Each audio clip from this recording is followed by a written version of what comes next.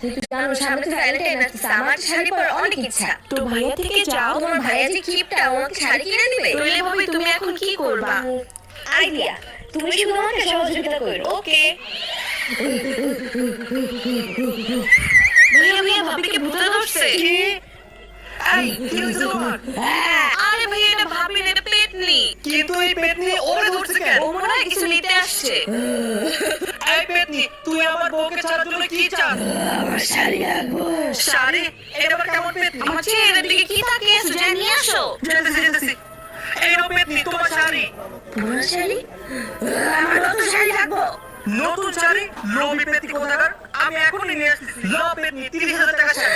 30,000 টাকার শাড়ি? ও তো কিপটা নিয়েছে, কি হলো? ভাবি শাড়িটা নিয়ে নাও, শাড়িটা একদম অস্থির। Thank you baby. তোরা দুজনে এখন অ্যাক্টিং করছিস তো? ওরা দুজনে মিলে আমাকে বোকা বানিয়ে দিল। শাড়ি পায়ে